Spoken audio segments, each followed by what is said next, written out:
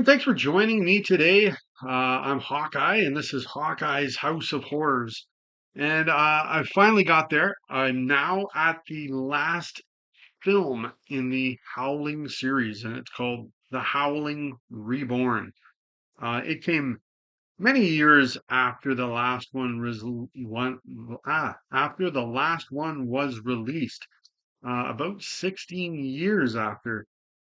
So it really isn't a sequel. I would say it's more of like a reboot or a slash reimagining of the Howling, like the original. But it certainly follows its own story and everything like that. And I'm going to bring my review for that movie today. And no, I don't. Um, I wouldn't say it was really good. Um, I did see it a couple of times, about a month or two in between. So I did see it. I was able to get it on a streaming service on Prime. So there you have it. Now, this film, it was directed by Joe Nimzicki. He doesn't have a long history of directing. He actually did an episode of The Outer Limits. It may have been way back in the 90s. He did a music video and this film here. Um, so he also contributed to the screenplay along with James Johnston, who he was a producer of this film as well, and he wrote for other projects as well. It might have been around 10 different other films as well, including I saw Joyride 2, Dead Ahead. I've never seen any of those films. I should get at them. They look interesting. It almost looks like The Hitcher with Rutger Hauer. I remember that one from the 80s. That one was good. It kind of looks the same. I don't know if it is or not, but there you go.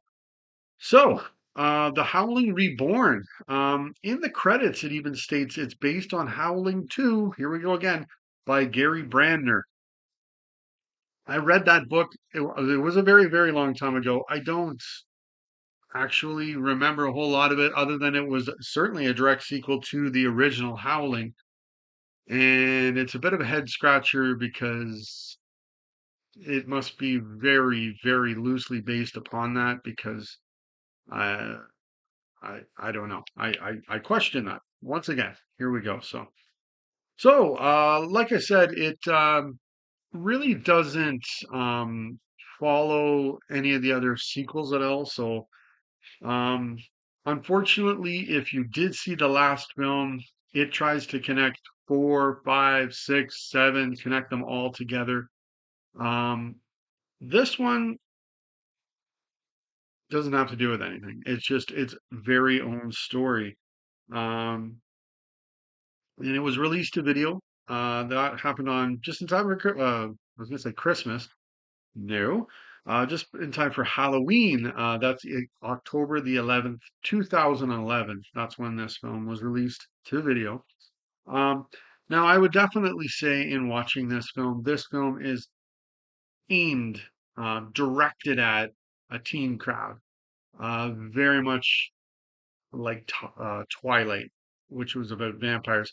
I haven't even seen that movie, but I get it. It's aiming towards that same crowd. Um, Now, I would say, and this isn't really a knock against this film. A lot of films are shot like this, in my opinion, because I love old school films, how they were shot.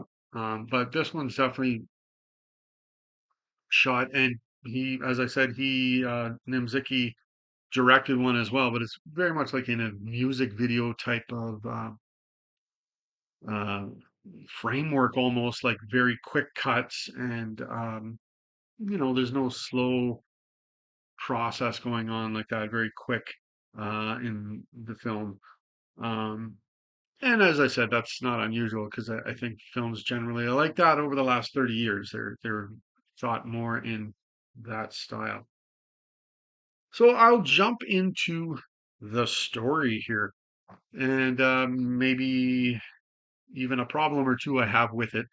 Um, but the story involves the main character, Will Kidman, played by Landon Lebo Iron, who, and I actually like this,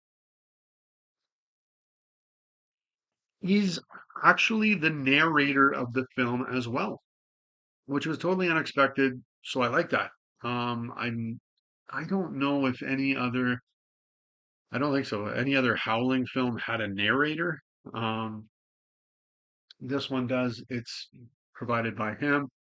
And I like that. It didn't hurt the film at all. But in the end, it's not like you're gonna get into like Taxi Driver or something like that, narration like that, or A Clockwork Orange. Okay, you're not gonna get into excellent narration like that. But as I said, it's unexpected, and I'm all for it. It was good for me. Um, so now for this character, Will Kidman, his mother was killed when he was still in the womb. So he's gone through his life without a mom. So that's pretty sad. My mom's still around. I don't know how that feels. Certainly to live your whole life not knowing who your mother is, that would be tragic. Uh, Absolutely tragic. Um, but anyways, he at the same time he's got the hots for this girl, Eliana Winter. She is in a class of his. I don't even remember what class it was. I apologize, but she's played by Lindsay Shaw. He what he likes to do in class is draw pictures of her, and he'll even sign his own name to the pictures, generally in his own blood. Of course, though, she already has a boyfriend named Roland, played by Niels Schneider, who I think is a French actor. Um, so Will and Roland they get into a fight, generally about Eliana, and we come to find out Roland is actually packing heat as well, right in the high school. Um, which is interesting because they have like security in the high school, but you didn't know this guy had a gun. Okay, right on. That's really good security. But anyways, Roland is then attacked by a werewolf, and it's no guess that it's actually Will who is the werewolf. And it's a hilarious scene, but hilarious in a bad way. Roland fires his gun at Will, and this is in the halls of the high school. I think he's going up a staircase, but no one in the school hears the gun. Not one person. Pretty sure that would not happen. That would grab everybody's attention in the entire school. Um, and then what makes it even funnier is a dummy. I mean, Roland. No, it was a dummy. Falls to his death from the top of the staircase, whoo, downward. Um, when I saw that, I figured this is likely not to be nominated for Picture of the Year on Oscar night. When you see that in a lot of B movies, a lot of horror, B horror too, like where they use a dummy falling, and it's pretty bad. There's one, I'm trying to remember, Doctor Zombie or something.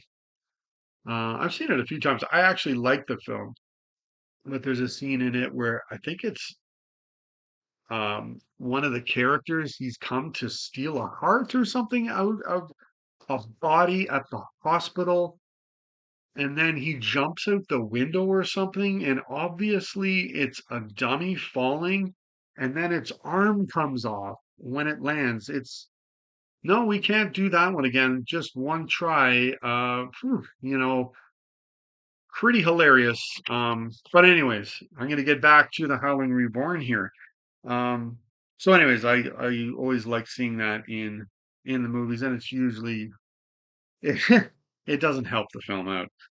But anyways, before all of this, though, Will does go to a party after he's invited by Eliana to go there, and he takes this drug, or this drug is given to him, not really willingly either. And I think, yes, that turns him into a werewolf.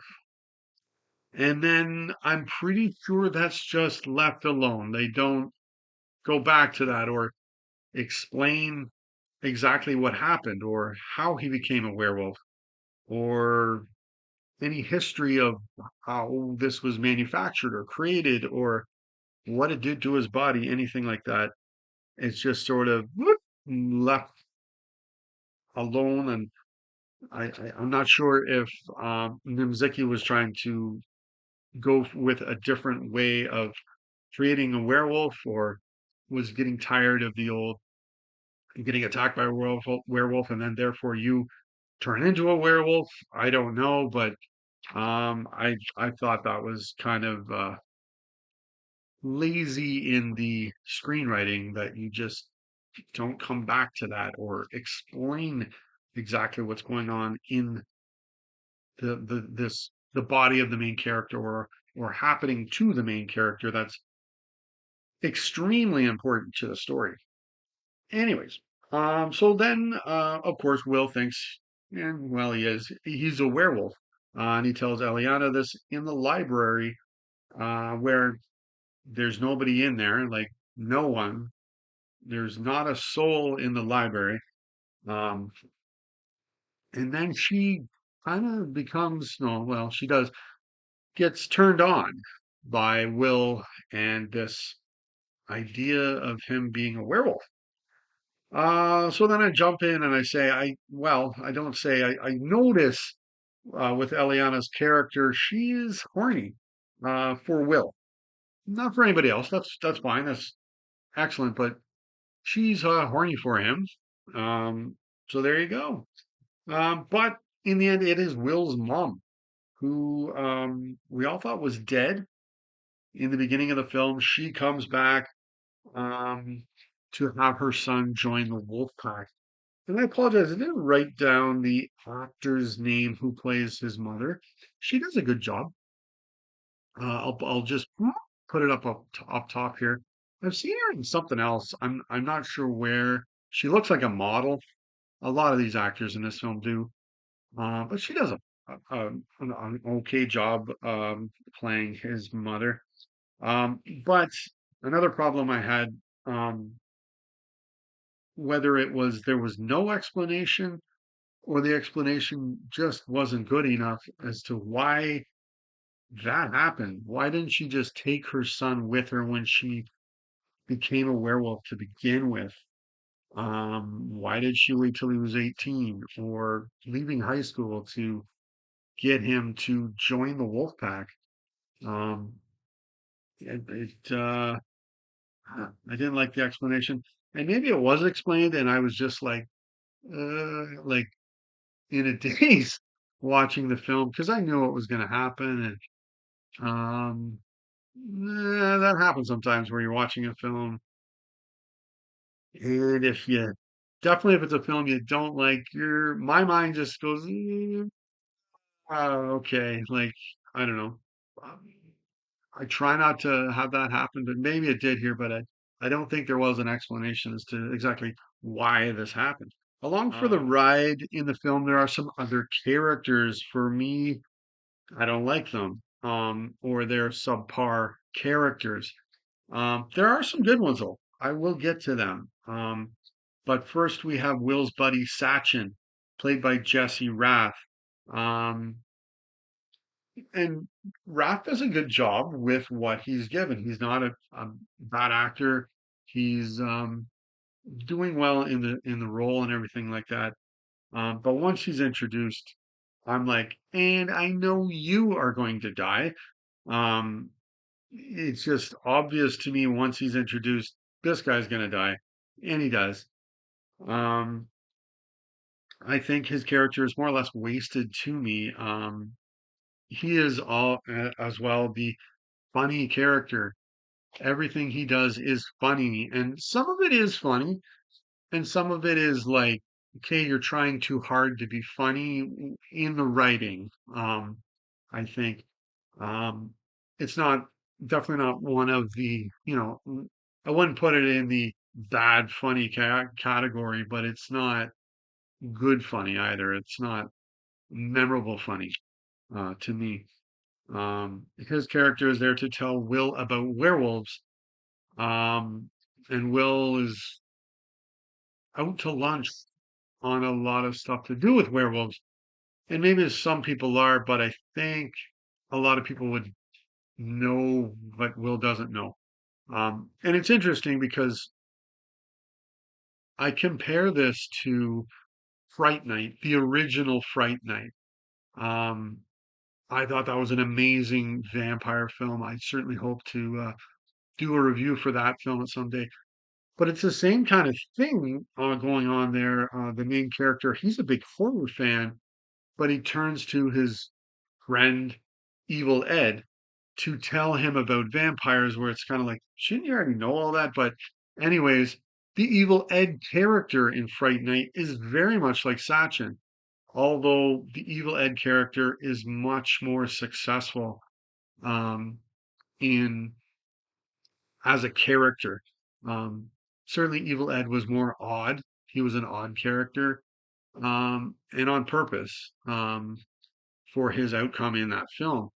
But that's the character I compare Sachin to, and this is subpar in comparison to Evil Ed from Fright Night. Yeah, and Sachin's character to me really doesn't bring anything different to the horror film or these horror characters like Evil Ed before him.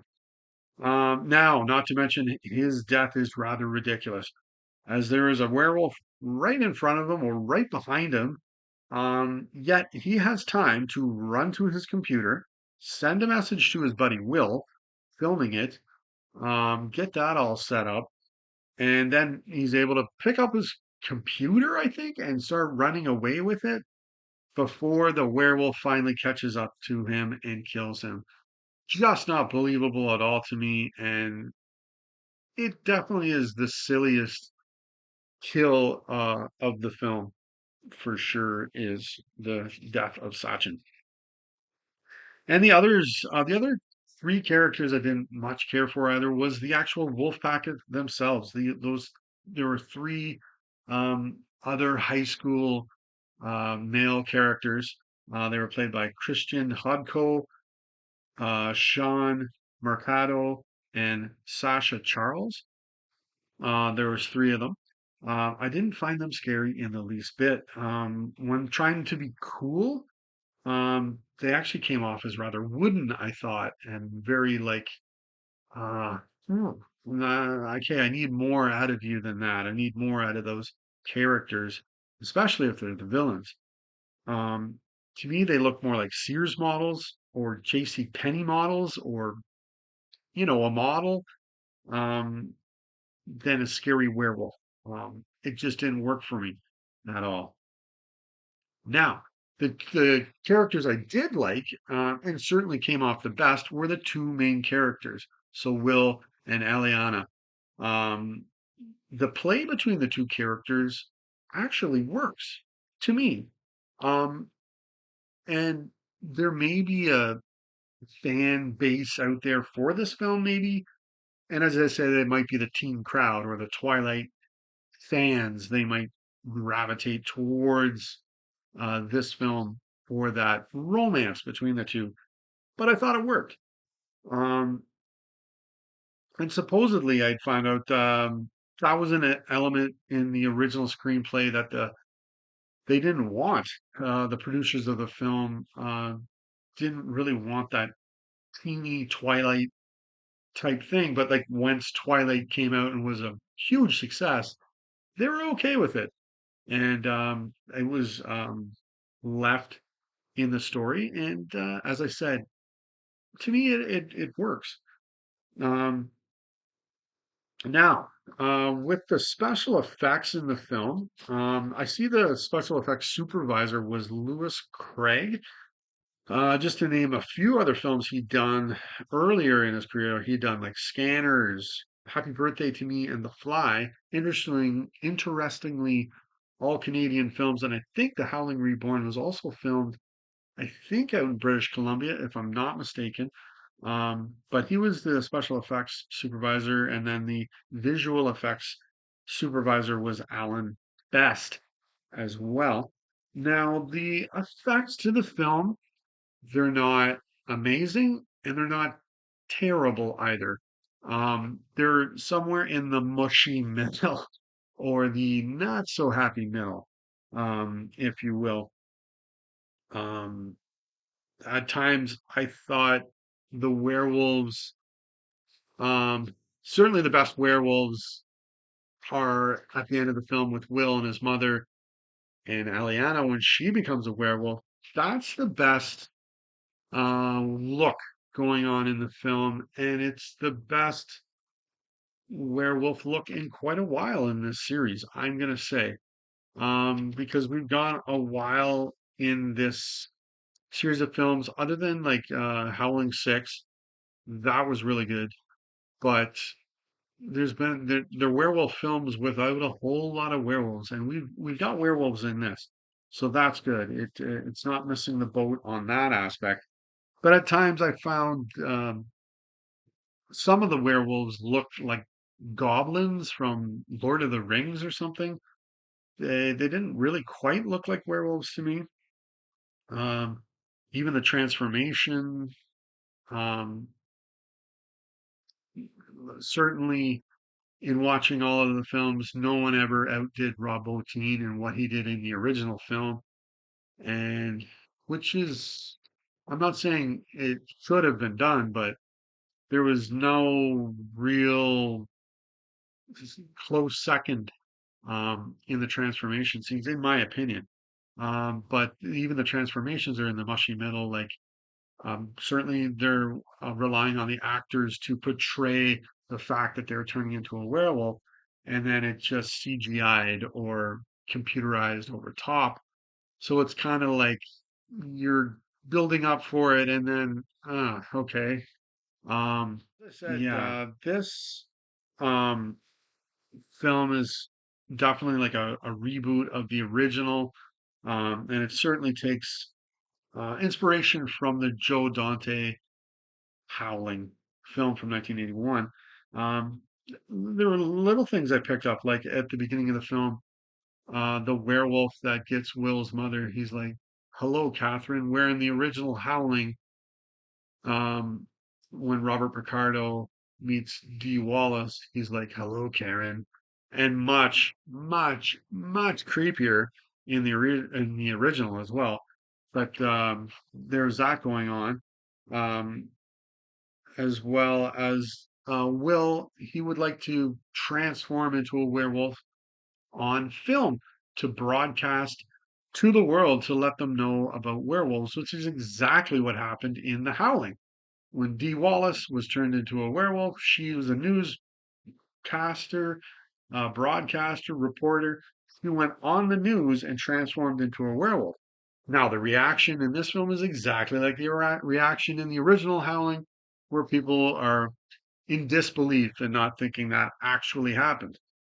So, and I would say as well, the film's got a surprisingly low body count until you get into the wolf's lair at the end of the film, and then you see all these dead bodies. But it's got a very low body count up until that point. There's like, oh boy, like literally three deaths. Yeah, that's it. Not very high, especially in a film that's not from the 70s. That's a very low body count. Um, Now, I did wonder though if all these bodies were added into the Wolf Slayer to amp up the horror, if you will, or to amp up the body count, due to it being so small in this film. Um, and to add to the twilightiness, I would say, is the fact that they battle it out at the high school on grad night, which I'm totally fine with. And for the audience who this is aimed at, I think that'll work for them as well. And as I wrote down too, it's like Peanuts, with Snoopy and Charlie Brown. There is very little adult supervision going on in this film. Very little, if none at all, at times, which is interesting. Now, and then a couple things I love, and not in a great way as well. The school is being ripped apart, and like Roland, who fired a gun in the hallway earlier, no one hears it. No one is aware that the school is being ripped apart, and they're like right there outside of the school, and they can't hear these werewolves like throwing each other through walls and ripping classrooms apart. You wouldn't hear that? I'm pretty sure you would. And then as well, the school is being burned down in a horrible CGI fire blast. Um, then I was expecting Joey Jeremiah, if you're old enough, you know who that is, to come like literally streaking by like he did in Degrassi High, because Degrassi burned down too. And it's interesting because Lebo Iron is from Degrassi, The Next Generation as well, which was, I think Joey Jeremiah was on that show too. But that was a Canadian teen drama show, what have you. But that's The Howling Reborn. So I've gone through all of the Howling films, and that's it. I finally got through these. Um, and that's it. So my next um, video I'm going to do, I'm going to rank all of the Howling films, 1 through 8, or I'm going to do it worst to best, and rank them. And I might even give like a star, 5 stars or something, what I think of each of the films. So there you go. So that was fun. There you go. Um, but yeah, until next time, remember, stay scared.